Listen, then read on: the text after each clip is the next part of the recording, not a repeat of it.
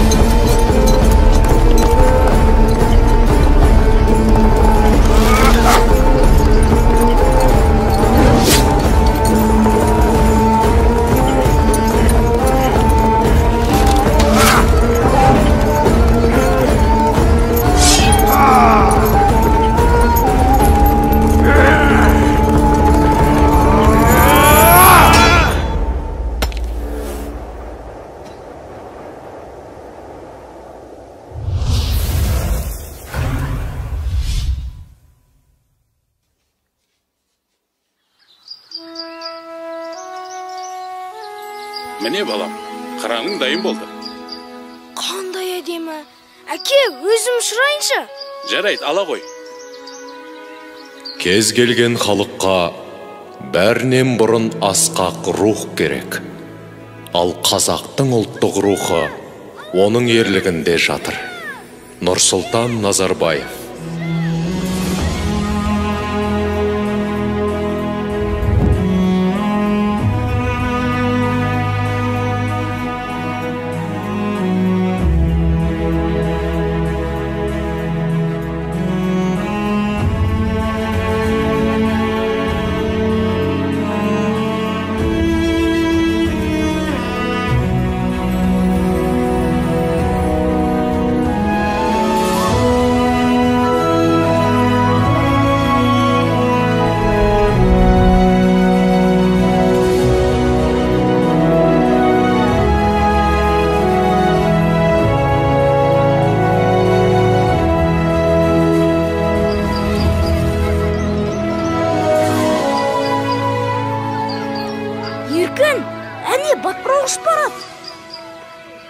Ал мен алтын кездік тауып алдым.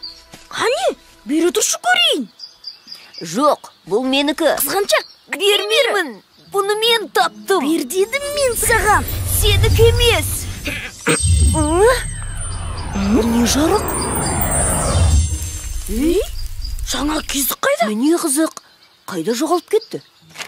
Төртеу түгел болса төбедегі келет, алтау ала болса ауыздағы кетет деген осы.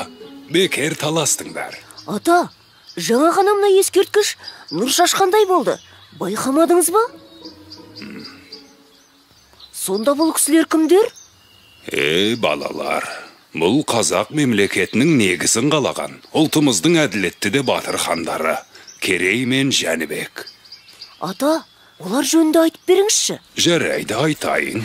Сонау 15 ғасырдың басында Алтын Орда ыдырап, бір бөлігін Жошының ұрпақтары билеп тұрды. Благодарствуем вам, Барак-хан. Мы передадим ваше послание нашему князю. Сіздің жолдауыңызды жеткіземін дейді, хан ием.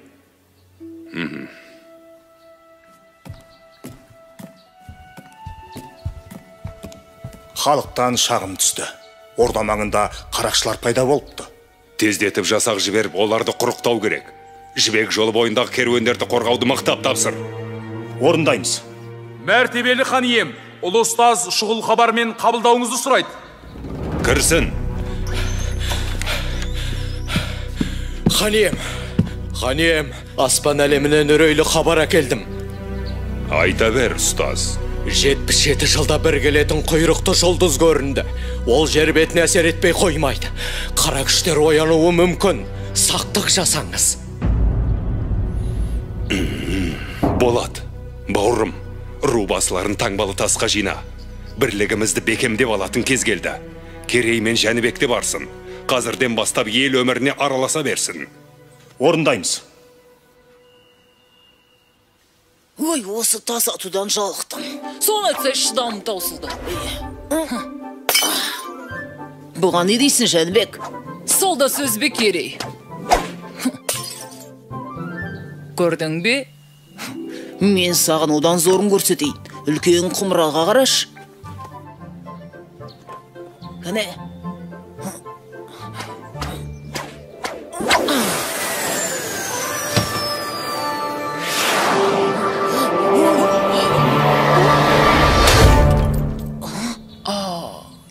Байқамай қалдым, кешіріңіз.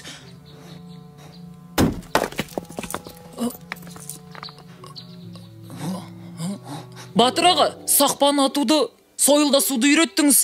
Енді қылыштасуды үйренсек? Алдымен атуды үйреніңдер. Біз садақ тартып нысанаға тигізуді білеміз. Қалай? Ол қозғалмайтын нәрсе. Сендер қашқанға тигізіп, атқаннан бұлтаруды үйреніңдер. Сонда тышқан атамыз ба? Барақ хан таңбалы тастың басына жиналуды тапсырды.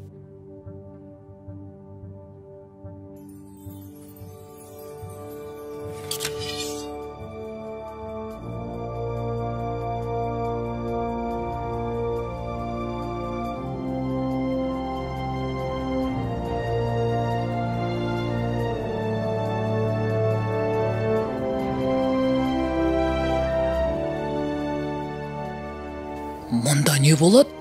Бұл қандай тас? Бұл елдің бірлігін айқындайтын қасиетті тас. Әр рудың басшылары өз таңбаларын осы тасқа қою керек. Егер таңбалар түгел болса, ортадағы шаңырақтан нұр төгіледі. Ол нұр елдің бірлігінің, тұтастығының белгісі. Уа, игі жақсылар! Жау айтып келмейді. Сақтансаң сақтайым деген. Қасиетті жерде бірлігімізді айқындап алайық. Қане, таңбалы тастарды қойыңдар.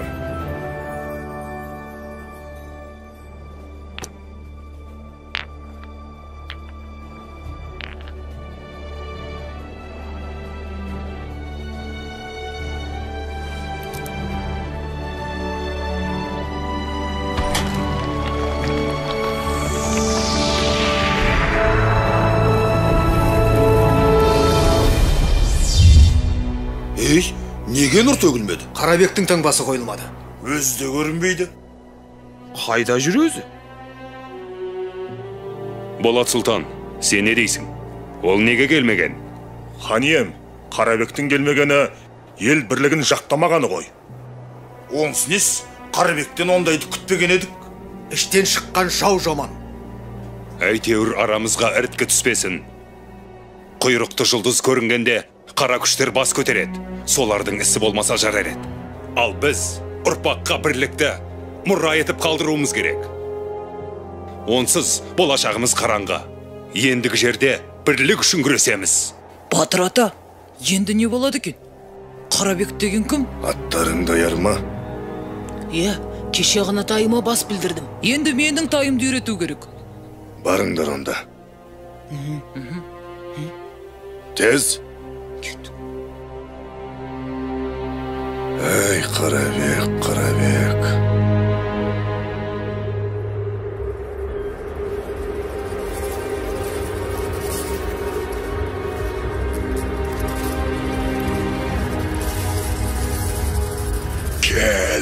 Келе бер. Бұл халықты бір-біріне жау етіп, өз қолыммен жойып жіберем.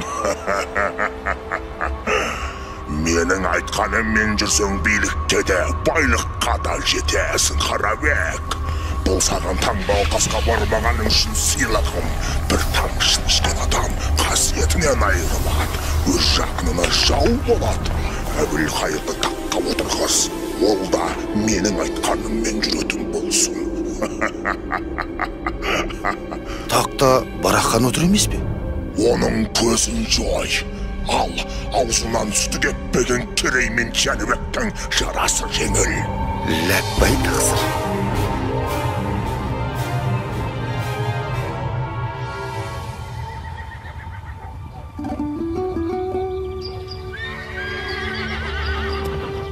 Ассаламағалейкум. Біз келдік, аға. Жақсы ат ер қанаты деген. Ал сұлтандарым, қайсың мінесің? Не бол, әлде қорқып тұрсың? Мен бе? Ешқандай да. Жалсам жер көтереді. Ал Ғанекей сұлтаным, тақымыңа мықты бол. Айтчу, жаман.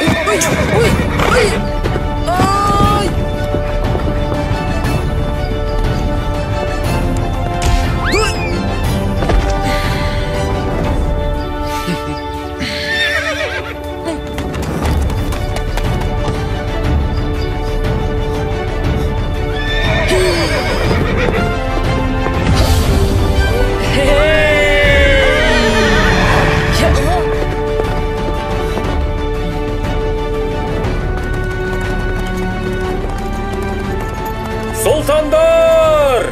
Алысқа ұзамаңдар! Қызылжар жақта қарақшылар болуы мүмкін!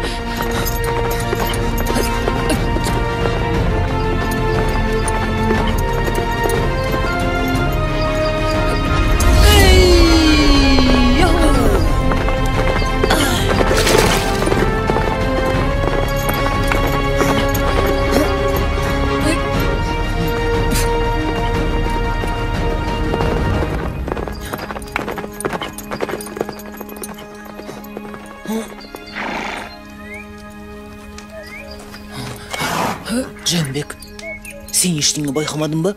Жоқ аға. Тыныс ап кеттік ау деймін. Жаңа жылқы шаға қарақшылар туралы айтқан еді.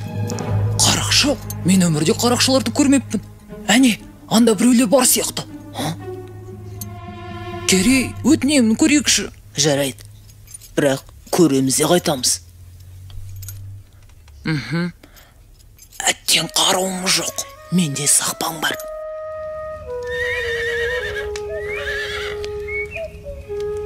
Ей, көңілдіреген жоқ ба? Біздің билегіміз келіп тұр. Көңілдісін өзің бастамасаң.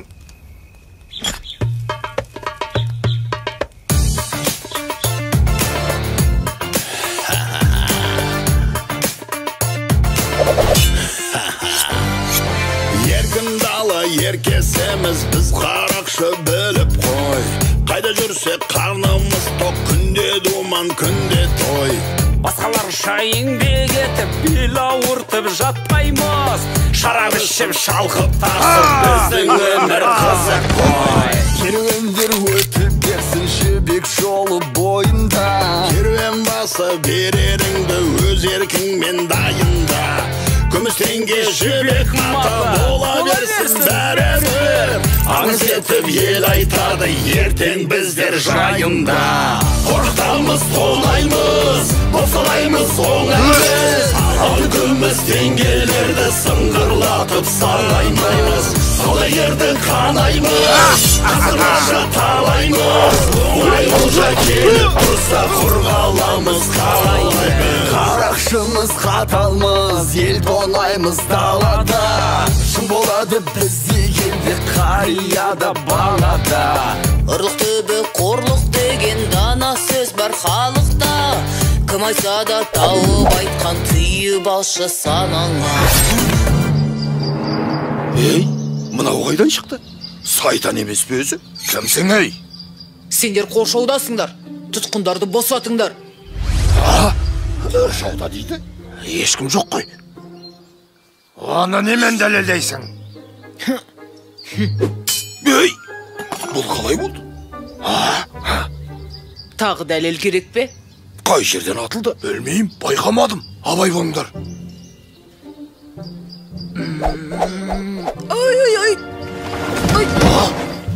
Ай. Тұр, зәреміз алды ғой. Алдақ мұрын, енді не дейсің?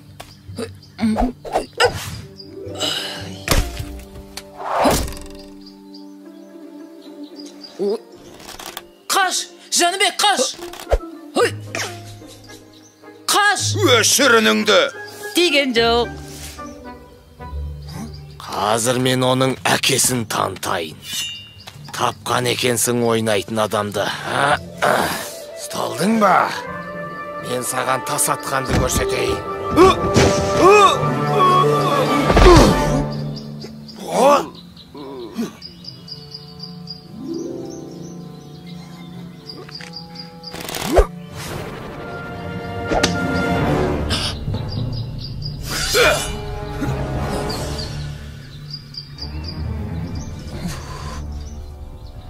Қане бұлай тұр.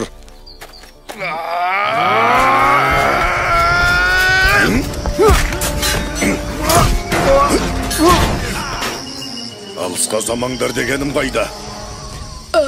Біз тай үйретіп. Құрай қайдан ештеңе шықпайды. Керей, тұтқындарды босат. Қазір. Айғайлама дедім ғой. Құлақты жарасың.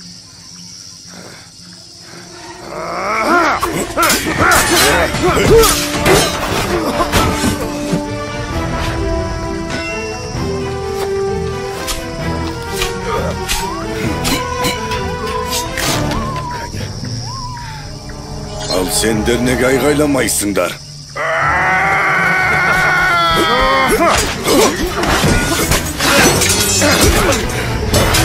Болды, берліңдер. Мәсіған. Мен құмырашы шебермін. Заттарымызды саудалауға келе жатқанбыз. Қарақшылар қапыда басты. Қай шақардан боласыңдар? Отырарданбыз. Рахмет, балалар. Сендер болмағанда не болар еді? Мен... Бұл Жәнібек, ал мен Кереймін. Мен Айшамын. Ал мынау сендерге естелік болсын.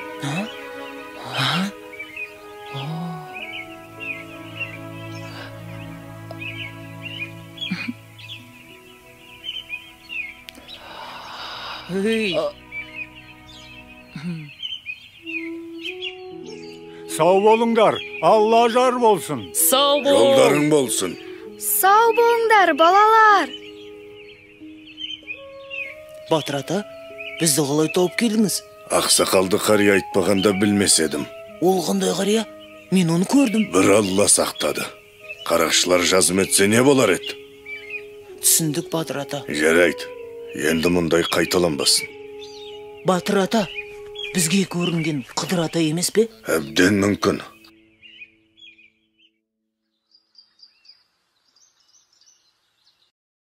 Сендер не күлкен тыңдамайсыңдар?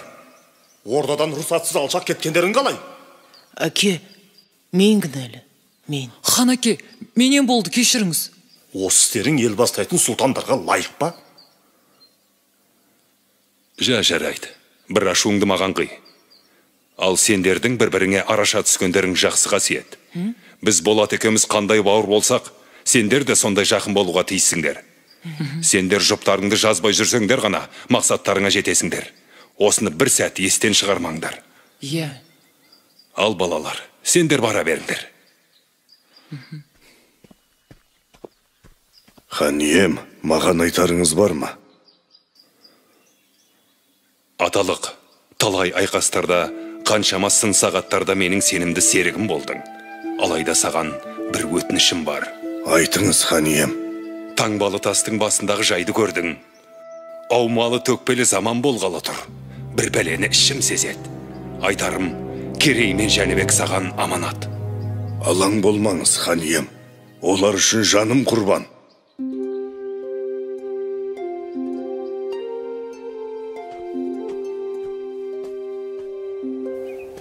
Бүгінгі жаттығуда не істейді екенбіз? Тағы да сақпан атпасақ болғаны.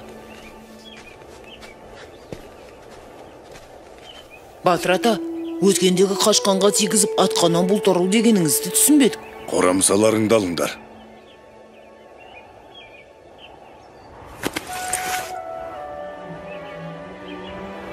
Мынаушы жоқ жебені не істейміз? Тайларыңды атыңдар. Не үшін? Ет ауырады ғой. Бұл тай сендерге сауын бие емес. Жорық аты болсын десеңдер. Атыңдар. Атыңдар.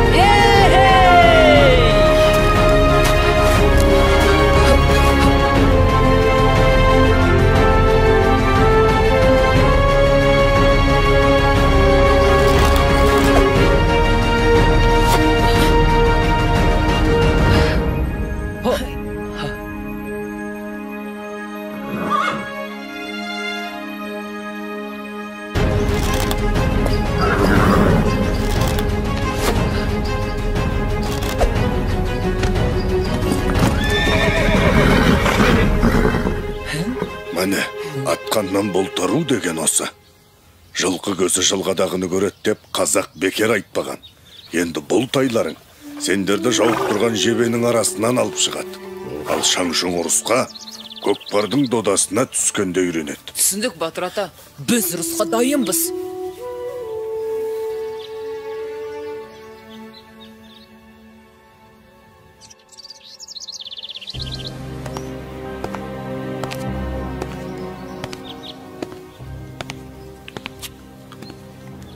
Мырза, мұнда жай жүрсіз бе? Мұндай уақытта адам жай жүруші ме едім?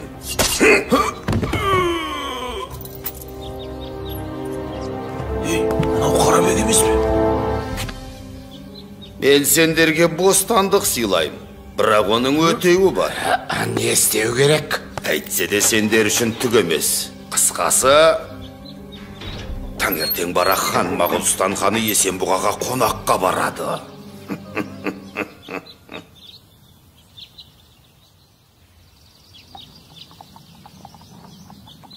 Әлгі Қарабектен хабар бар ма? Хабар ошарсыз, көрдім дегенде ешкім жоқ. Жарайды. Әзірге ел тыныш. Жаста болса Әбілқайыр елге бас көз бола тұрар. Біз келгенше ештеңе бола қоймас.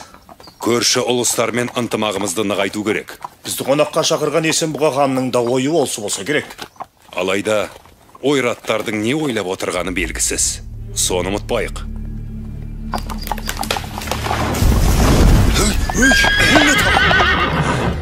Ханем, абайлаңыз! Ханда! Қалғандарыңмен шатыр құрыңдар! Тезіре! Ауырым!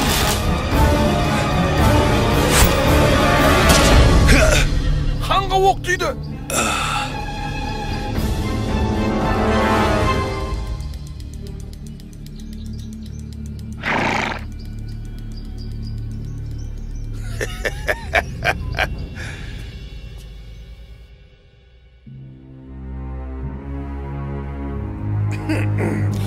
Әбілқайыр сұлтанның дастарханынан дәм тату біз үшін үлкен мәртебе. Қарабек, дәстүрді бұза алмайым. Қонақ болсаң отыр. Қаралы хабарды естіп, қабырғам қайысып отырған аздай. Сен не бетіңмен келіп отырсың? Таңбалы тастағы таңбаңның жоғын қалай түсіндіресің? Түсіндірейін, сұлтан. Барақ хан өлді. Болат сұлтан ауыр жаралы. ендігі тақ сіздікі? Ей, Қарабек, сен сатқындығыңмен қоймай мені азғырайын дедің бе? Сұлтаным, ас иесімен дәмді. Меніке жай ақыл ғана. Әттен қонағымсың. Әйтпесе басыңды алар едім. Сабыр сақтаңыз. Ертең сіз хан болғанда, менің басым сізге керек болады. Хан болып ел басқару оңай дейсің бе?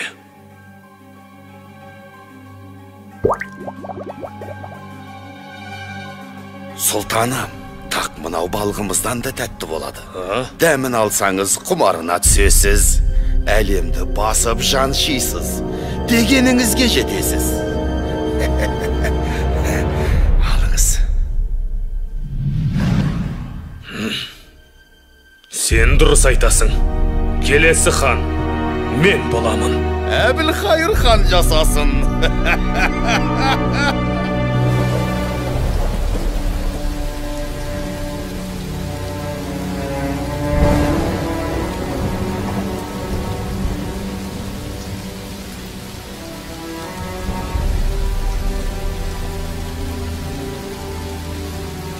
Жәнібек, қайғыңа ортақпын. Әкеңнің орнын ешкім толтыра алмайтыны белгілі ғой. Бірақ біз сенімен біргеміз.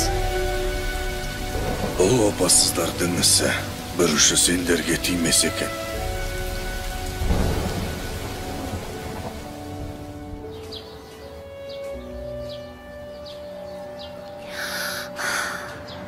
Ата, ал содан соң не болды? Оларға қарт батырдың көмегі тиген болар. Я, ата, Керей мен Жәнібектің қалай хан болғанын айтып бермеші. Онда әр қарай тыңдаңдар, балалар.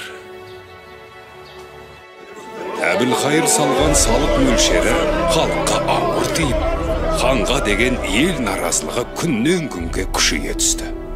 Елдің қасіретін көріп, Керей мен Жәнібек те ер жетті.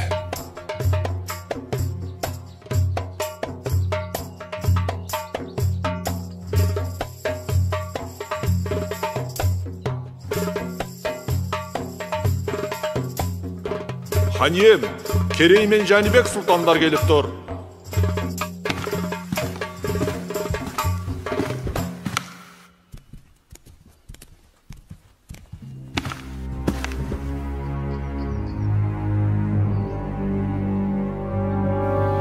Иә, сөйле, Керей. Ел еңсесі езіліп, ынтымағы дырап жатқанда, думандатып жатқандарыңызға жол болсын. Немеле, қарағалық қайғырды екен деп, хан қара жамылу керек беді? Ұсақ түйекпен ханның мазасын алмай, келген шаруаларыңды айтыңдар. Хан үшін халықты мұңа ұсақ түйек емес, ең маңызды мәселе болар.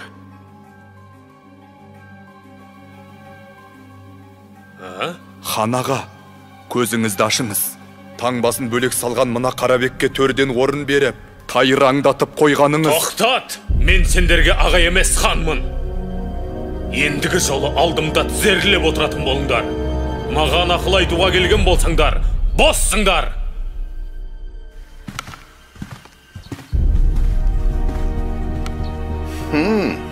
Өлтірік өсіп бөрі болды.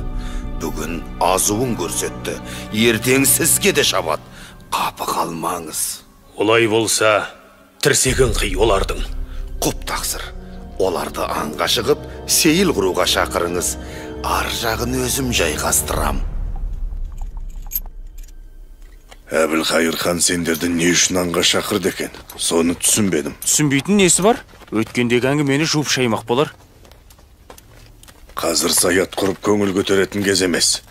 Иә, мүмкін оңашада айтар әңгімесі бар шығар. Әйтеуір сақ болайық. Шоу жануар. Стандар! Стандар! Ай, қамысқа кірет қазір! Стандар! Атыңдар! Атыңдар! Қамысқа кірет қазір!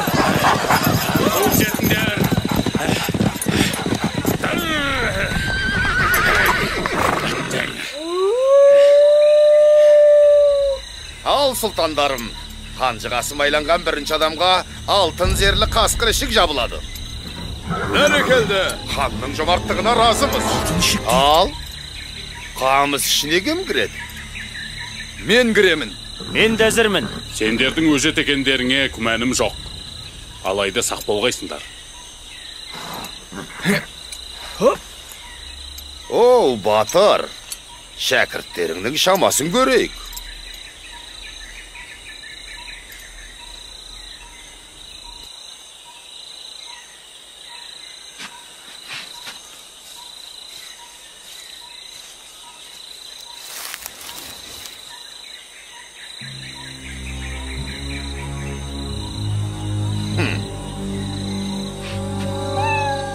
Ал, бара ғой.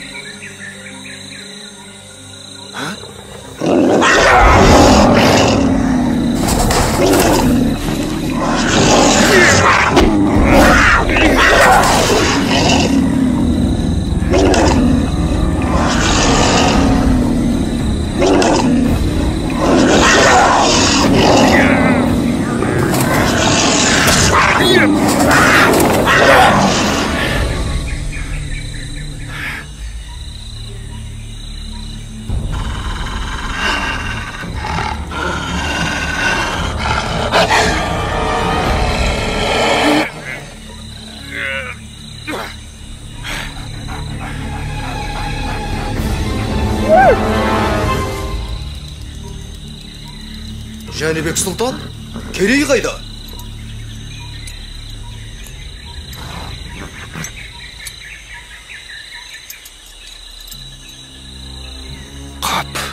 Болмады. Жәнібек сұлтан жасасын. Жаса, Керей сұлтан. Сұлтандар ерледі. Олардың батыр болып өскенін көрдің ғой. Қалайда көздерін құрту керек. Иә, олардың батырлығы сорымыз, көздегені тағыңыз. Ендеше, тездетіп амалын тап. Орындалады тақсыр. Хан ием, ойрат ордасынан елші келді. Әбілқайыр хан, қонтайшымыз саған дұғай сәлем айтты. Бұдан бұлай, ойратқа салық төлейсің. Уақытында төлесең өмірің тыныш, ордаң бүтін болады. Дұрыстап ойлан, қонтайшы ек сөйлемейді.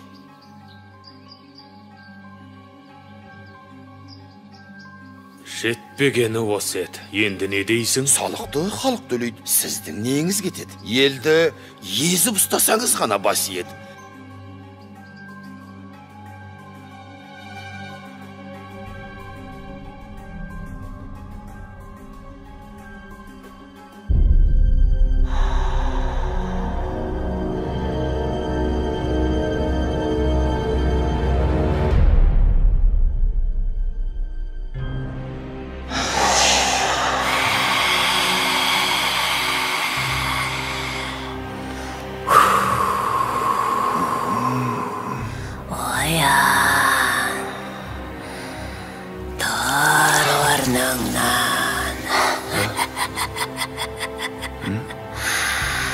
Менің соңымнан ер.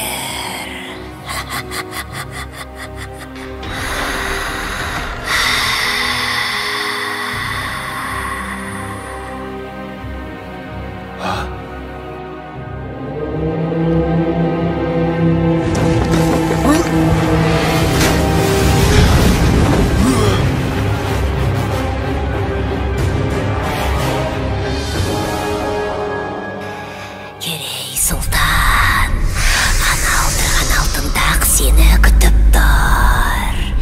Әйтпесе, Жәнібектің де көздегені сол тақ. Керейдің де көздегені сол тақ.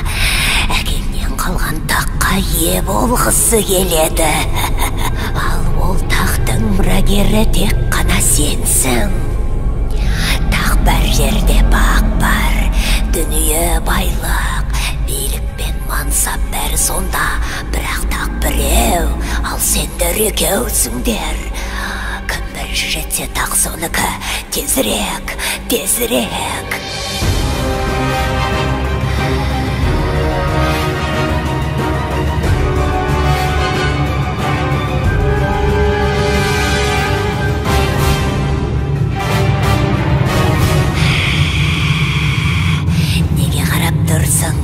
Өлтір оны. Әйтпесе қазір сені өлтіреді. Өлтір!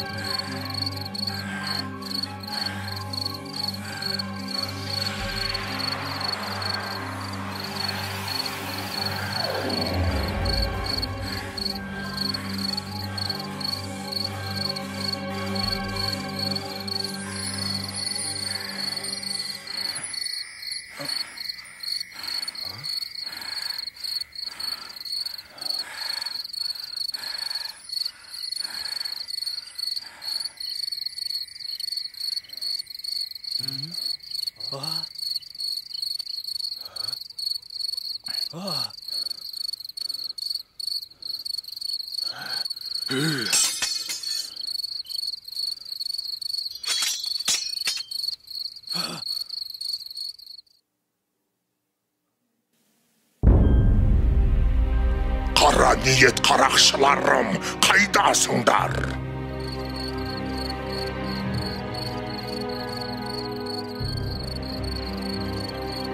Бұлар баяғы қарақшылар емес пе?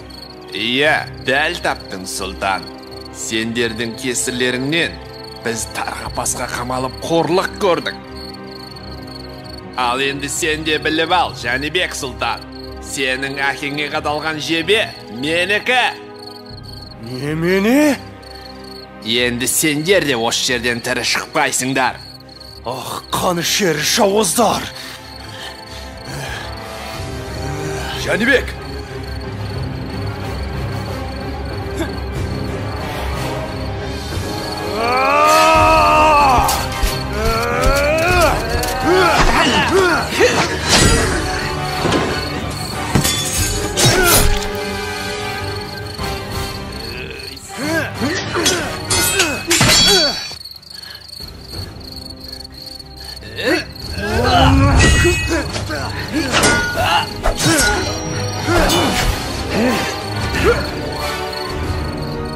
Жәнібек, өлтіре көрме, өтінем. Шымын жанымды қия көр.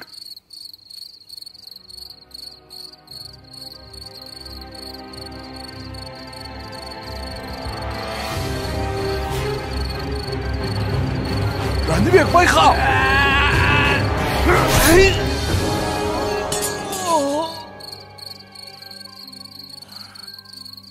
Бұлар баяғы қарақшылар емес пе? Иә, солар. Менің әкемді де осылар өлтіріпті. Бұл сендерге жасалған екінші қастандық. Ал бұларды кім жіберген? Қарабектің ісі емес пе? Әбден мүмкін. Таңнан қалмай жолға шығамыз. Біраз уақытқа дейін бой тасалау керек. Қайда барамыз? Ұлы ғұламалар шаһары Отырарға. Отырарға? Айшаның ауылына ма? Саған айтты ғой, ғұламалар еліне деп.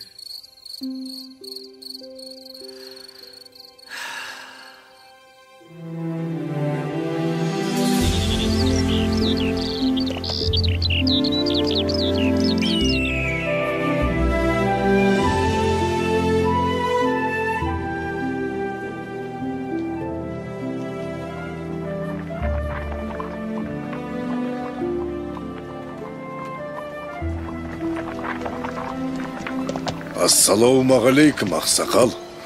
Уағалейкум ассалам. Көш көрікті болсын. Ей, балам, несін айтайын. Бұл елден береке кеткелі қашан. Ханымыз адам танымастай өзгерді. Ауыр салықты көтер алмай көшіп барамыз. Әттең қолымыз қысқа.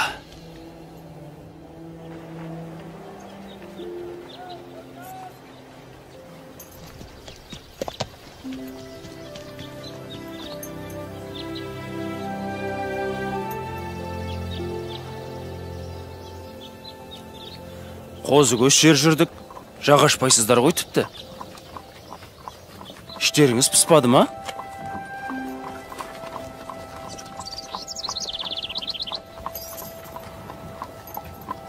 Батыр ата, отырар әлі алыс па? Олай болса мен сіздерге ән айтып берейін. Жол қысқарсын.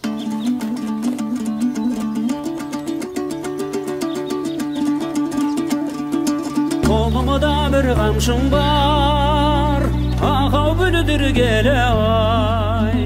Айтайын мен бір сөзді күлдір келе ай. Орныңнан әр отырмай, ақау дермен отырай. Қолымда қармағым жоқ, күлдір келе ай. Ай-югай, ай-югай, ай-югай, ай, ағдабиғай күлдір келе ай. Ай-югай, ай-югай, ай-югай, ай, ағдабиғай күлдір келе ай.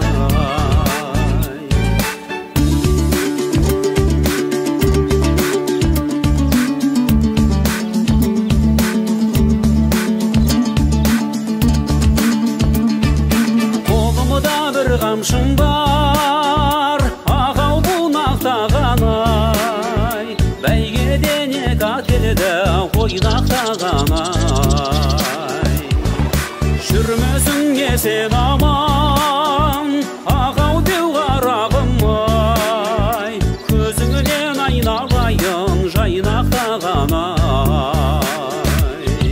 Ай-югай, ай-югай, ай-югай, ай, ағдабиғай ойнақтаған ай. Ай-югай, ай-югай, ай-югай, ай, ағдабиғай ойнақтаған ай.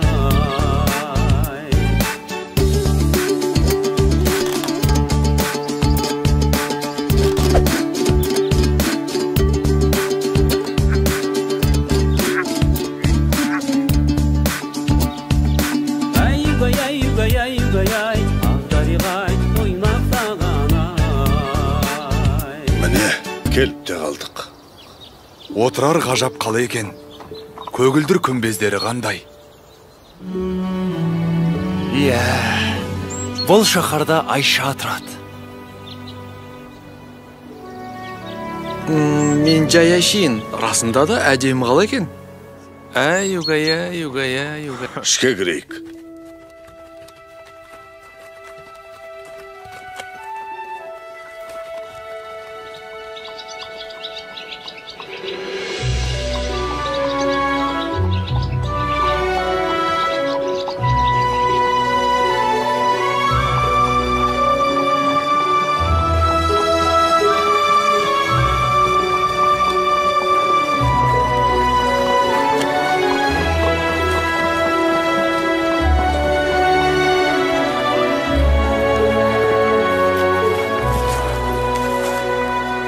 Батыр ата, мына белгіні сіздің қылышыңыздан көргенбіз. Иә, дәл өзі. Оны дұрыс аңғарғансыңдар. Ішке кірейік. Енді ұстаханаға не үшін келгенімізді түсінесіңдер.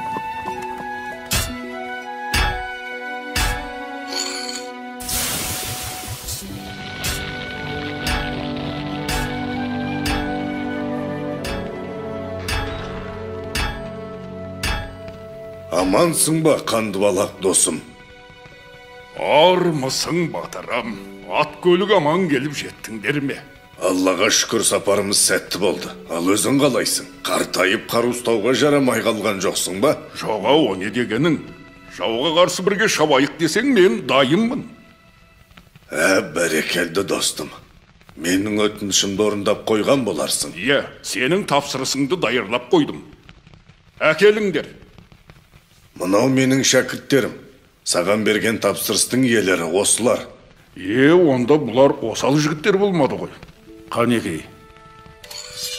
Шарболатты 100 рет шоққа салып, 100 рет құдық суына малып шыңдадым. Мінекей, өзің сынап көр. Алғане, сынап көрейік. Міне, нағыз батырға лайық алмас қылыш осы.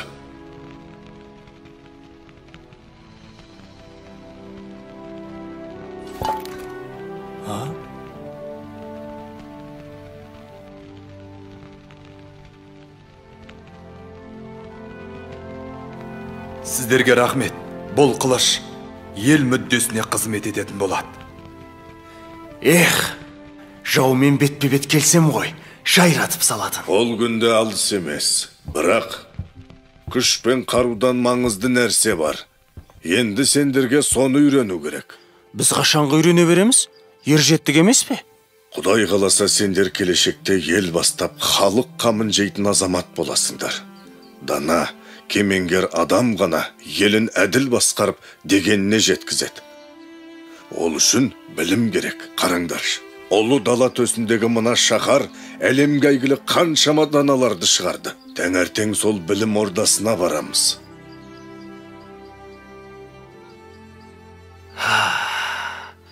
Қандай ғажап қала.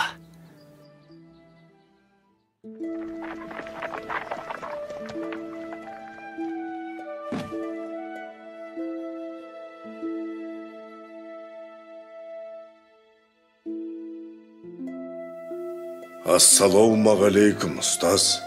Уағалейкум ассалам, бауырларым. Түрлетіңдер. Қателеспесем, Болат сұлтанның ұлы Керей мен Барақ ханның ұлы Жәнібек сұлтандар емес пе? Бойымдағы бар өнерді үйреттім. Енді сұлтандар білім алса деймін. Тағы бір айтарым, бұлардың мұнда келгенін ешкім білмеу керек. Түсіндім. Ал сұлтандар адамзат ақыл ойының бар қазынасы жиналған жер бетіндегі ең үлкен білім орнының бірі отырар кітапханасына қош келдіңдер. Білекті бірді, білімді мыңды жығар деген.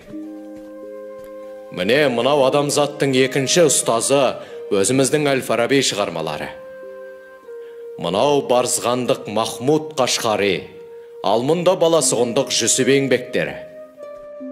Сол жақта ғылымның серкесі Ибн Сина. Міне сіздерге керегі осы болар. Құтағыду білік. Анау сөрелерде Аплатон, Пифагор сынды Рум ғұламаларының кітаптары бар.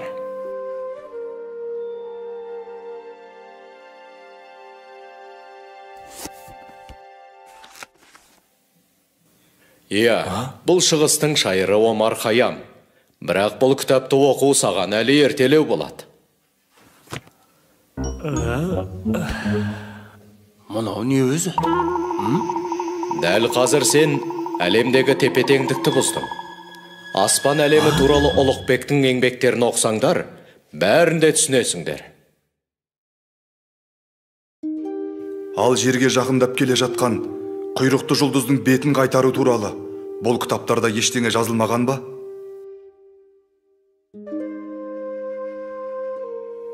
Бұл сұрақтың жауабы бір Аллаға ғана аян. Өйткені аспан әлемінің біз білмейтін құпия сырлар өте көп.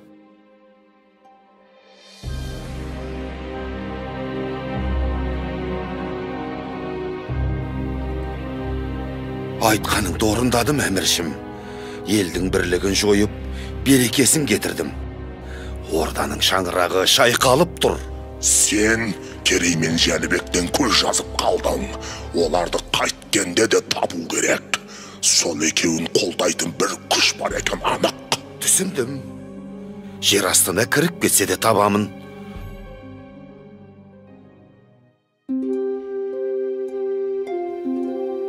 Мына кітапта Ұлықбектің 1000-нан аса жұлдыздың орнын белгілегені жазылыпты. Және ол Әбу Насыр Әл-Фараби бабамыздың еңбегіне көп сүйенген екен. Ол кісілерде көп ғылымды игеру қайда? Неге олай дейсің? Біз де жақсы білім алуға ұмтылуымыз қажет. Бүгінге жетер енді Керей. Біраз бой жазып, қала аралап келсек қайтеді? Сен бара бер. Мен әлі біраз отырып, мына кітапты аяқтап тастайын. Жарайды, өзің біл. Мен барып қаламен танысып қайтайын.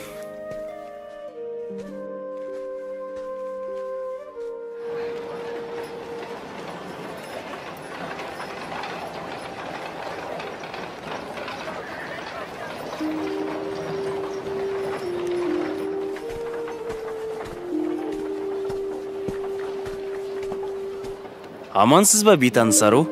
Кешіріңіз, сіз құмыра жасайтын шеберхананың қайда екенін білесіз бе? Білемін, бірақ есіме түспей тұрғаны. Мүмкін бір зат сатып алсаңыз, есіме түсіп қалар. Олай болса, мен сіздің мына гүліңізді алайын. Бұл гүл жарайды, сізге берейін.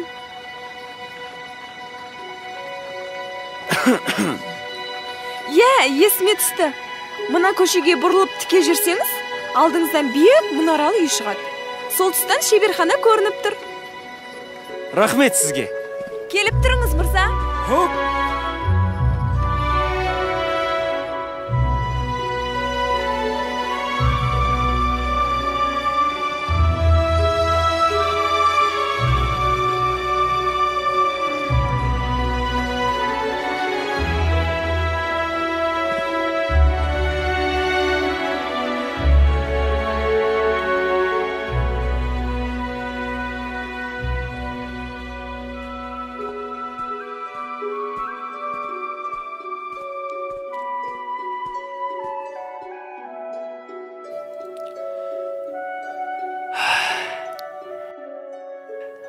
Айша? Бұл кім өзі? Жігітім, жай ма? Мен жай Айша керек еді. Айша ма? Ол келесі шеберханада. Айып етпеңіз, қателесіп қалыппын. Қабат деген ай, ыңғайсыз болды. Сәлем бердік. Қазір күте тұрыңыз. Мен жаңа ою үлгісін жасап жатырмын. Былай, енді былай. Міне, дайын болды. Айша, мен... Әкеліңіз.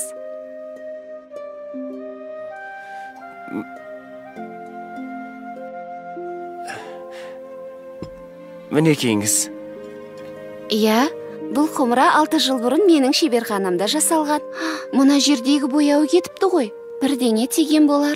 Әйтпесе біздің бояуларымыз ғасырлар бойы өшпейді. Айша! Жарайды. Мен қазір жөндеп бере қояйын. Міне былай, содан соң былай. Құмыраңыз дайын болды. Ала қойыңыз. Жаныбек, сен мұнда қайдан жүрсің? Айша, мен сені іздеп келдім. Керейде осында. Мені? Қызық екен. Ал сенің өрнегің әдемі екен. Мен де жасап көрейінші. Қолыңнан келсе көр. Несі бар? Мен жақында ғана кітаптан оқыдым. Біздің жерімізге келген бір саяхатшы өнерімізге қатты қызыққан екен. Аты Мақрұм Полат екен. Марко Поло шығар. Солай болар. Міне Айша, дайын. О, шабытпен сауынғаны көрініп тұр. Рас айтасың ба? Жоқ, ойнап айтам.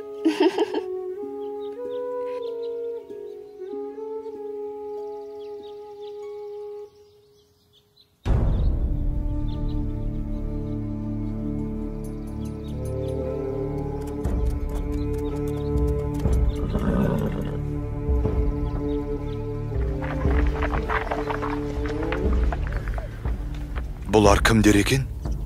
Олар ойраттар. Халықтан жиған олжасын алып барады. Ойраттар бізді қашанғы қанайды.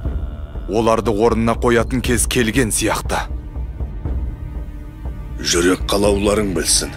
Өз әрекеттеріңе жауап беретін кездерің келді.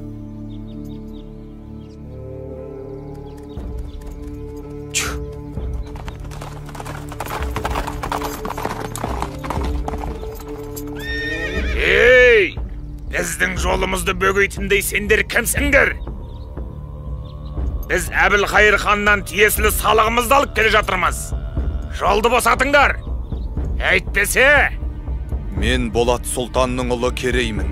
Халықты жылатып жинаған құнсалықты осы жерде қалдырыңдар. Ал Қонтайшыға айта бар, енді біздің елді мазаламасын. Мынау не деп тұр өзі? Басыңды шауып, Қонтайшыға қоса апарайық онда.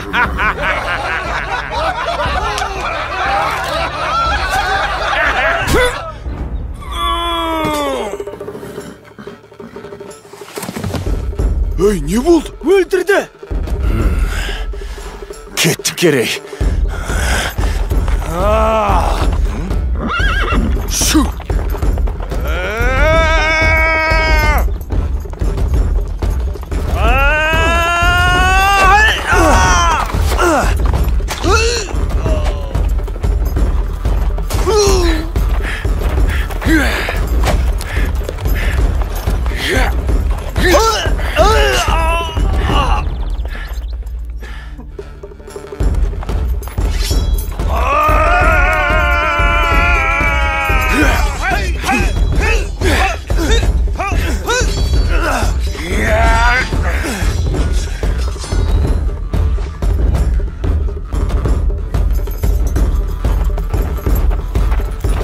Жәнібек кетті!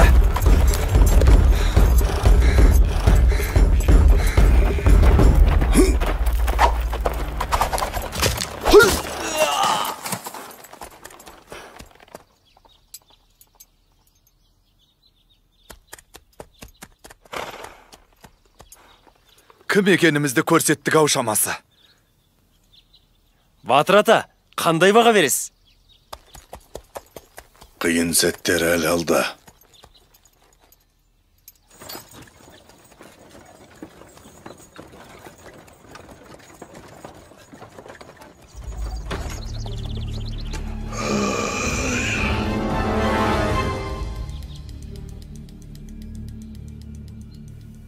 Бай болсаң елге пайдаң тисін.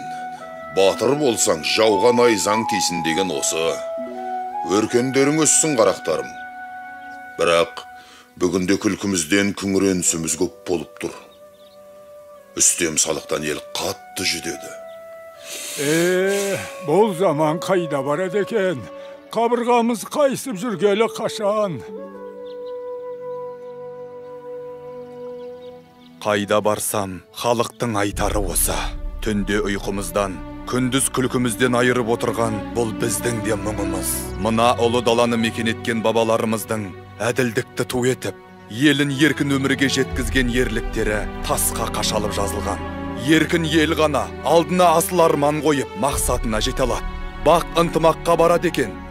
Біз бірігіп қана мақсатымызға жетеміз. Ел болып, ірге бекітіп, еңсе көтеретін кез келді ағайын. Қыр астында көз алартып жау тұр. Ұлымыз құл, қызымыз күң болмасын десек, ошағымыздың түтіні түзу шықсын десек, бес саусақ бірігіп жұмылайық. Шешу шұрсқа түсетін кез келді. Ниетіміз бір болса, батаңызды беріңіз, ақсақал.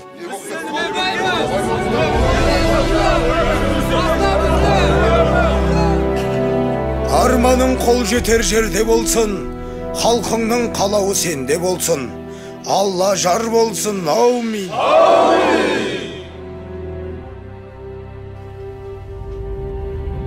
Я, айта бер, не бітірдің? Ханды азғырып, Жәнібек пен Керейге қарсы айдап салған едім. Болмады. Мен берген қара дәрінің әсерінен бе, жорыққа бара жатқан ханымыз жолда қайтыс болды. Енді не істейміз? Тыңда, Қарабек. Сен Қонтайшыға барып, оның сеніміне кіруге тырыс. Ханның қайтыс болғаны туралы хабар оларға ендігі жеткен болар. Ойраттардың сақшыларына шабуыл жасаған Керей мен Жәнібек екенін айтып бар. Оны білсе Қонтайшы олардан кек алмай қоймас. Ал екі сұлтанмен соғысып, әбден әлсіреген сәтте Қонтайшының көзін жою қиын емес. Оқтың ба? Оқтым, әміршім. Сонда так менікі болады.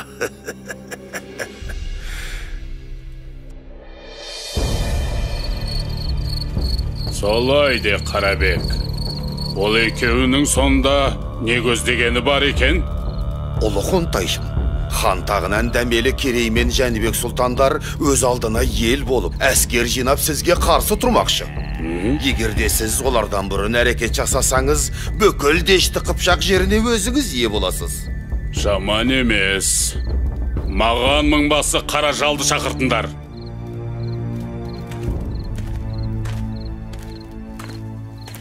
Сен ініңнің кімнің қолынан мерт болғанын білесің бе? Білсем, қанын судай шашып, кегімді қайтарар ем. Айтыңыз, әміршім. Ендеше тыңда, сенің ініңді өлтіріп, маған тиесілі салықты тартып алғандар Керей мен Жәнібек сұлтандар екен. Керей мен Жәнібек? Рұқсат етсеңіз, дәл қазір аттанам. Екеуінің де басын шауып алдыңызға алып келмесем, қара жал атым құрысын. Әскерлер жорыққа дайындалсын. 3 күннен соң аттанамыз. Әміріңізге қолдық. Ал сен, Қарабек, бізді бастап барасың. Бұл қызметіңнің өтеуіне не сұрайсың? Айта бер. Ұлы Қонтайшым, мендей пақырыңызға Жібек жолы бойындағы Тарас шаһарын берсеңіз жетер еді. Дегенің болсын, бара бер. Өз елін сатқаннан қайыр жоқ. Ертең бізді де сатып кетеді.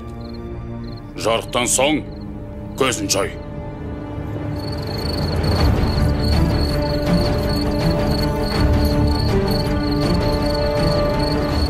Олар жорыққа шыққалы жатыр. Қолы бізден 2 есе көп.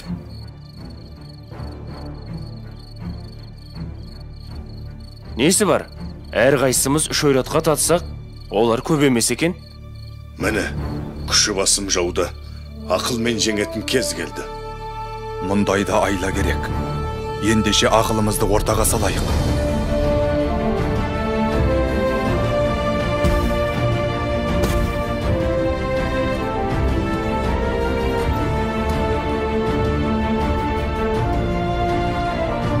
Әне, қарауыл төбеден белгі көрінді. Қане, атқа қонайық. Жәнібек, дабылдың белгісін бер.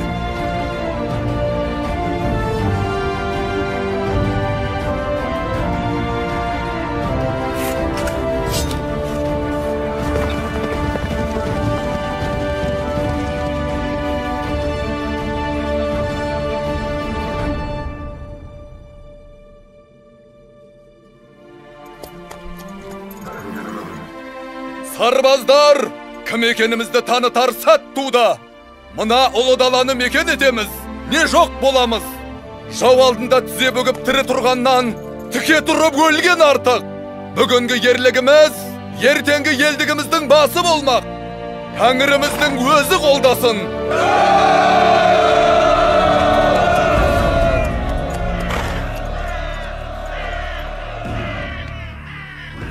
Олардың қолы қанша? Бізден 2 есе аз, әміршім. Қаражал!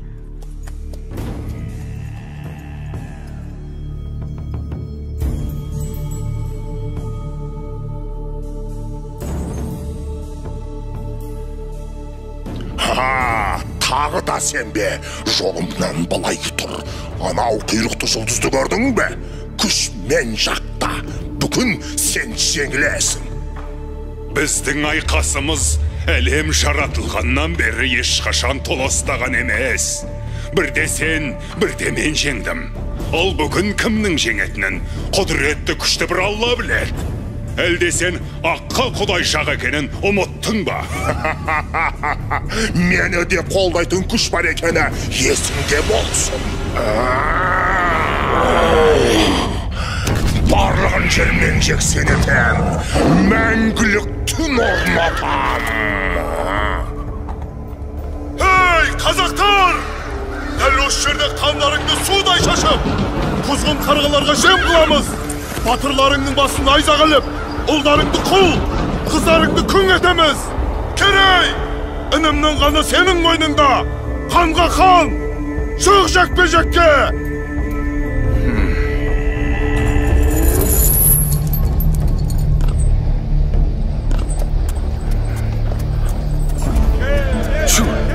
Керей, Алла жар болсын.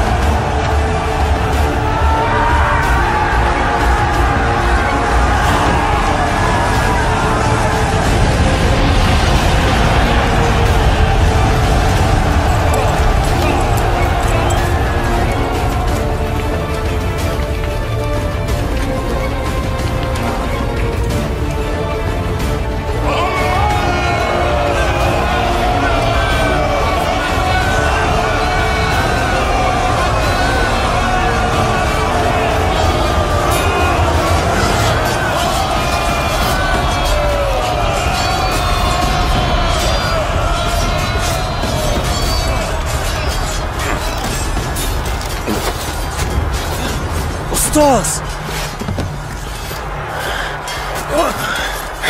Жәнібек, Қарабектен төсбелгін алып, таңбалы тасқа жеткіз. Бар. Қазір сені ме?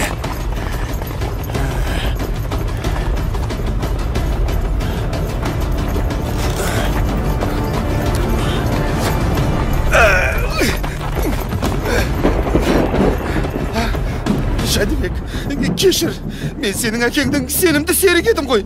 Мені қара басты, мені сайтан азғырды.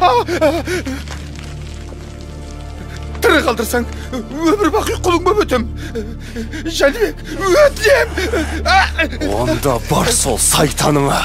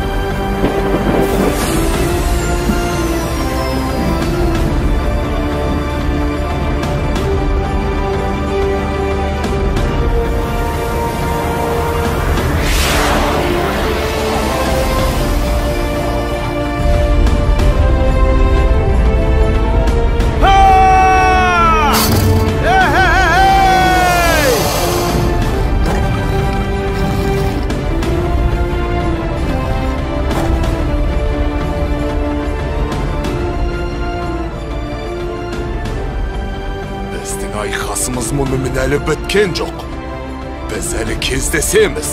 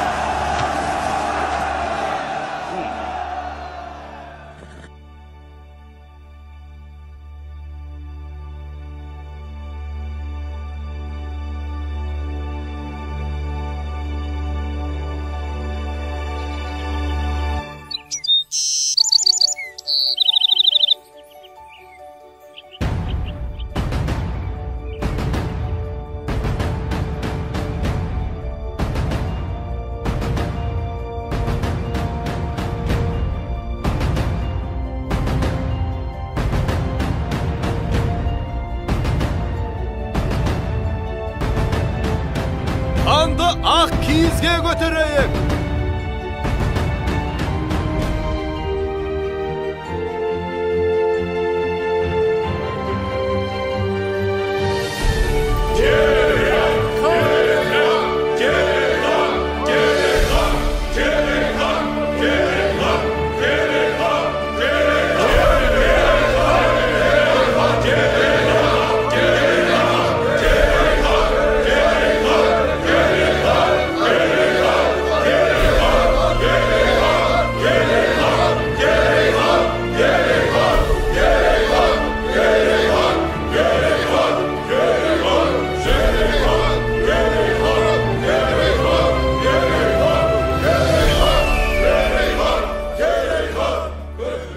Халқым, біз бүгіннен бастап қазақ деген ел боламыз.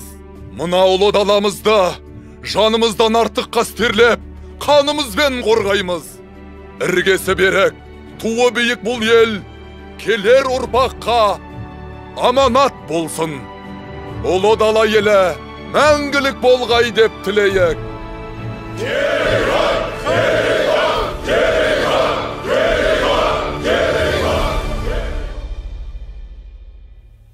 Міне балалар, бұл бабаларымыз осылай қазақ елінің іргесін қалап, келер ұрпаққа, яғни мына сендерге аманат етіп қалдырған. Қандай ғажап оқиға. Өткен тарихымыз ерлікке толы екен ғой ата. Дұрыс айтасыңдар балаларым. Сендер өз тарихымызбен мақтануға тиіссіңдер. Еркін, Болат, үйге қайтыңдар, кеш болып қалды. Рахмет сізге ата. Біз де өскенде елімізді қорғайтын батыр боламыз. Сау болыңыз ата. Мақсаттарыңа жетіңдер, айналайындар.